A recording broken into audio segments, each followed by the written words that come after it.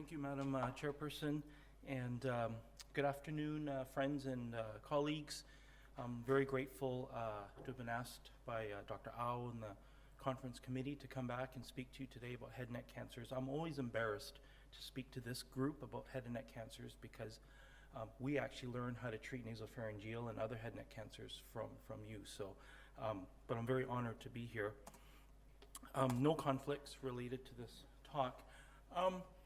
At first, when Dr. Au asked me to talk about precision radiotherapy and head and neck cancers, I was so excited. I said, okay, because I get very excited about things like interleaf dose leakages and the latest and greatest in dose forward calculation algorithms and inverse algorithms.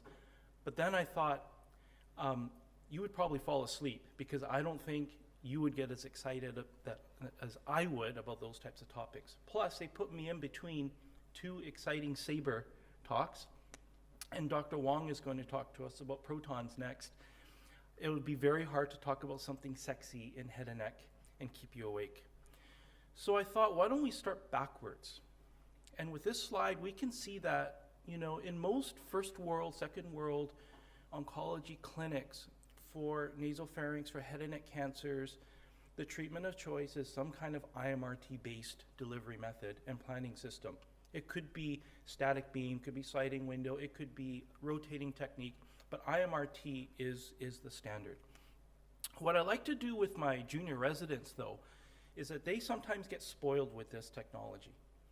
And in order to get here, this required large technological advances in computer planning, computer power, multi-leaf collimators, and improved imaging techniques to actually tell us where tumors are. So I thought maybe it might be a little bit more interesting if we work backwards.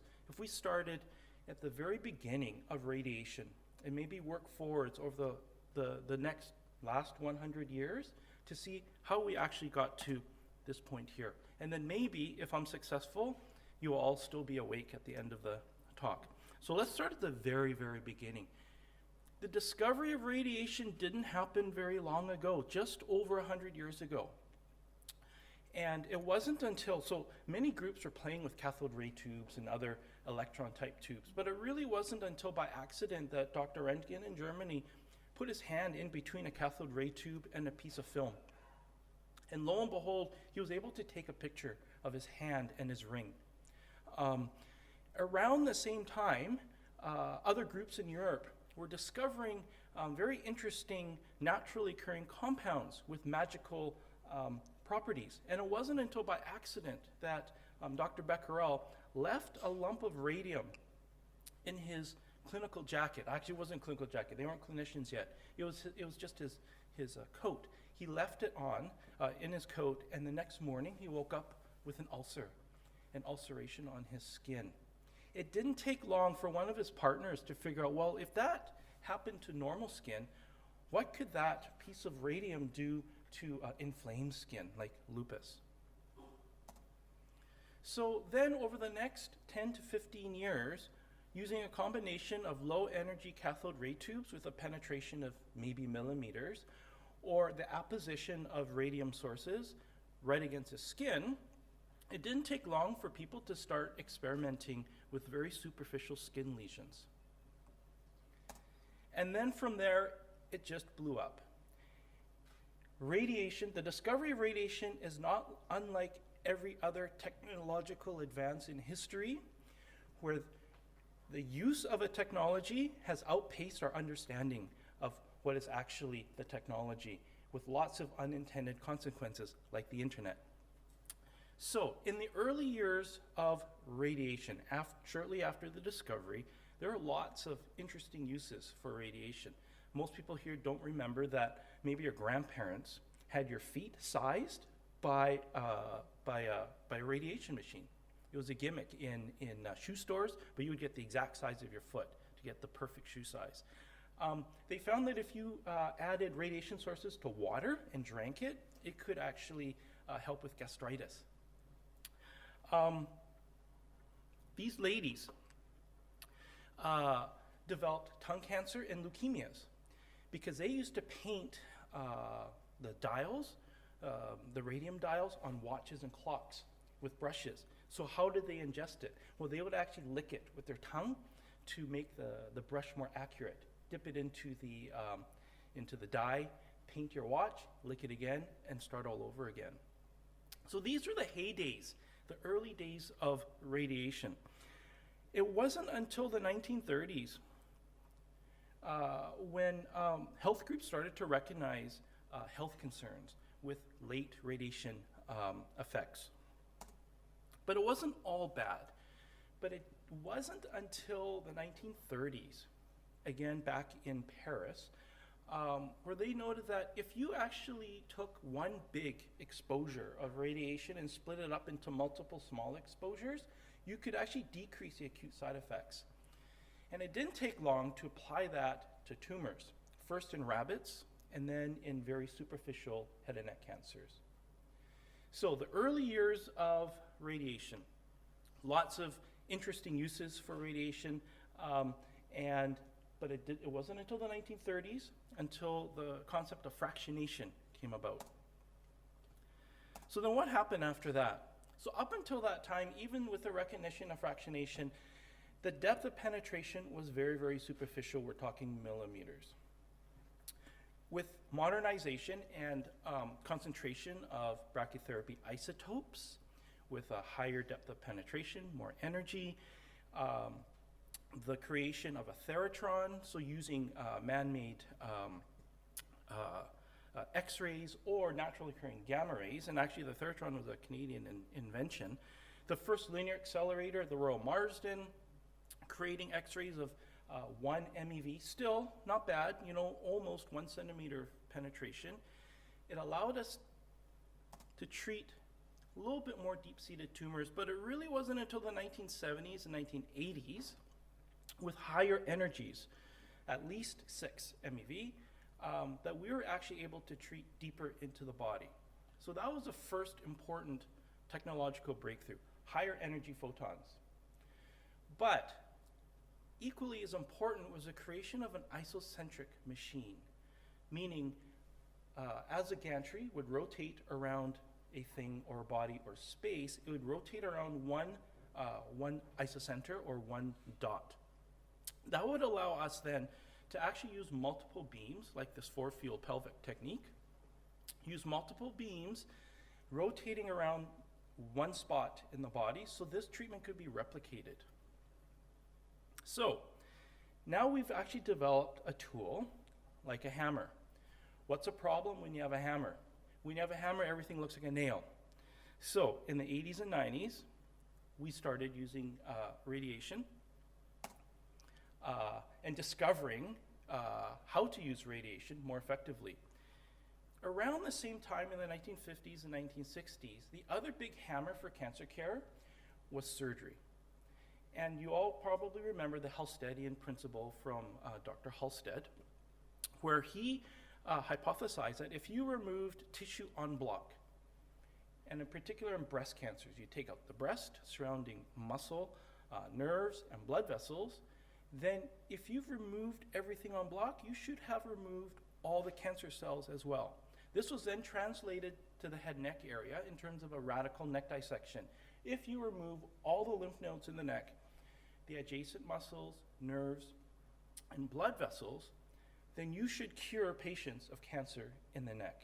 Unfortunately, that wasn't true. Despite this disfiguring and very extensive type of surgery, there's still a very high recurrence rate. But now we have a tool, right? We have a hammer, radiation. And so a possible nail would be in the postoperative adjuvant setting. And early on in the 80s, we found that the addition of radiotherapy to the post-op neck actually could reduce significantly the rate of recurrence. So now we have a tool, and we're looking for nails. And if the nail might be the adjuvant setting, how about the primary setting for head neck cancers? So I think everybody here probably remembers, or if you're studying for your exams, you should know these two classic trials, organ preservation, the VA larynx group, and the ERTC looking at larynx and hypopharynx cancers. And what they're trying to do was answer the question, if standard therapy for larynx and hypopharynx is total laryngectomy and partial pharyngectomy, complete loss of voice, and breathing through tracheostomy for the rest of your life, could the combination of induction chemotherapy followed by radiation, if there was a partial response, could we actually preserve the larynx in patients with equivalent survival to surgical patients? And in fact, both of these studies show that yes, we could preserve 50 to 60% of patients' larynx if there is a partial response after induction chemotherapy with a similar survival to surgery. So that's not a bad nail with this hammer. The problem was these early studies did not include any quality of life assessments. So just because you have a larynx doesn't actually mean the larynx works. And just because you have a pharynx doesn't actually mean you can swallow well. And in fact, in that era, 5 to 10% of patients after high-dose radiation for locally advanced larynx cancers had permanently painful larynx and required a palliative laryngectomy. So, but that's not bad. So at least 50 to 60% of patients could retain their larynx and avoid surgery up front. We just didn't know if it worked all the time. The larynx worked afterwards. So, actually, if we just back up here, so the survival rate still wasn't that great. We could retain the larynx, but long-term survival, less than 20%. So what if we could make the hammer bigger? How can we do that? Well, let's add a radiosensitizer like cisplatin. So of course, then further studies and trials demonstrated that the addition of concurrent radiosensitizing agents like cisplatin could improve the overall survival, maybe marginally, but other trials and phase 2 trials did show improvements in local control and overall survival. But then the question is, actually one comment is, it didn't improve it significantly. It's not a great improvement, 1 in 3. But the other question is, at what cost? How sick do we make patients with the addition of radiosensitizing agents? And in fact, if you look carefully, and we all teach our residents now, in these early trials, many of these trials, less than 2/3 actually received all cycles of chemotherapy. And they required significant support, often inpatient support. So maybe sometimes a bigger hammer isn't the best thing for patients. So more isn't always better. In fact, more can be quite detrimental to patients, leading to death or significant support in hospital. And just because you preserve an organ doesn't necessarily mean it's going to work afterwards. So these intermediate years and these knowledge years are very important because we learned many lessons from those years. So how can we make this actually better? Well, the addition of diagnostic imaging and technological improvements in the last 15 years have now led us to where we are today. Many of you probably were taught to treat head and neck cancers with just a piece of film with a patient in the shell. You'd print the film, and with a grease pen, you draw on where you thought the tumor was, and then draw on your treatment field. And whether or not you had a CT scan, in the 1980s, most hospitals didn't. In Canada, most CT scans came on board in the 90s. Even if you're lucky to have a CT scan, you had to manually register the images to this lateral radiograph. And this was the type of isodose you would get. So then the addition of improved diagnostic imaging in the form of high definition CT, MRI, and functional imaging. Why was this important? This was very important for staging, to tell us if the patient was curable or not, and more importantly, to help us localize where the tumor is. So that's the first major step in the last 20 years. Followed by improvements in technology, including multi-leaf collimators and incorporating imaging into the planning system, 3D conformal. And what did this do? This allowed us, if we could import all the pictures into a planning system, and we could start contouring on every slice where the tumor was, then the computer could actually digitally reconstruct this for us. so that we could get a more accurate idea of where the tumor was and design more accurate shielding or apertures to make sure we're actually hitting the target. Because for a radiation oncologist, a geographic miss is our biggest nightmare. So this doesn't look that different from this other picture in the 2D era, right? This picture versus this picture. But now we actually know where the tumor is. And that's a big, big, big improvement. So 3D conformal, and then from there, we're able to add different beams in different directions, and coplanar versus non-coplanar beams. And our isodoses, or radiation doses, would be calculated in 3 dimensions versus just 1 slice or maybe 3 slices through a volume. But this was a problem. So what happens if the tumor actually surrounds a spinal cord and wraps around it? No matter where you place your radiation beams, it's actually going to go through or exit through that critical structure. So this was actually a picture I saw while attending a radiobiology course at the University of Washington, 1995. It was put up by Mark Phillips, who still works at the UW. And he said, you know, there is technology to treat that. When I heard that, I said, I want to be a fellow and learn how to do that. So 1998, I joined the UW, and we developed an in-house IMRT system to actually treat that. But how do we actually do that? So I'm not going to go through the physics details. I think Dr. Wong will probably go through that more interestingly and more excitingly. We all know that in modern head and neck planning, we need to contour what to treat. We need to contour what not to treat. We need to tell the computer all the dose gradients and dose limits.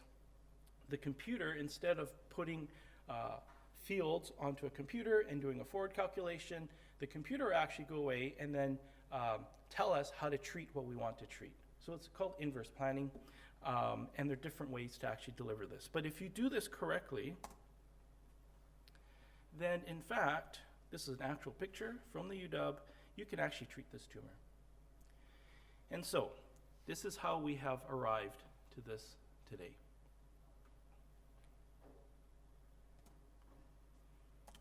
So how about in the future?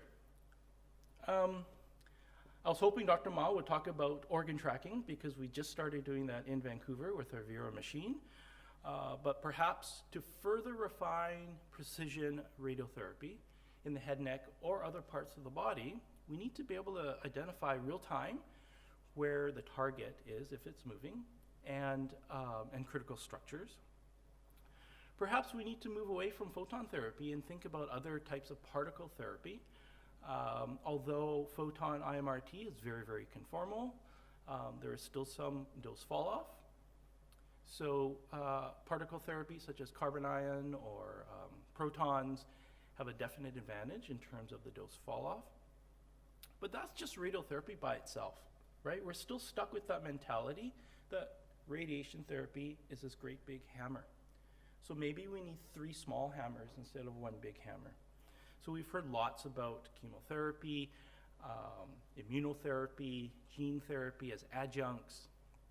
But one interesting phenomenon we see in the head and neck is the transition from smoking and alcohol-associated cancers, which are relatively radio-resistant, to now HPV-associated cancers, similar to nasopharyngeal carcinomas that are very, very radiation sensitive. And I know there's been talk here in Hong Kong with such high local control rates for nasopharynx cancer, and in North America with such high control rates for HPV-associated oropharyngeal cancers. Is this the opportunity now to start dose de-intensifying radiation? Or in an organized fashion in a clinical trial, can we start dose de-intensifying chemotherapy? Or both? So I think in the head and neck region, that's going to be the next exciting redefining or precision radiotherapy type of concept. Now we know how to target tumors, we can find them, we can treat them. Can we get away with treating less? And that, of course, would benefit our patients. So I'm going to leave that there, and I think questions come later. So.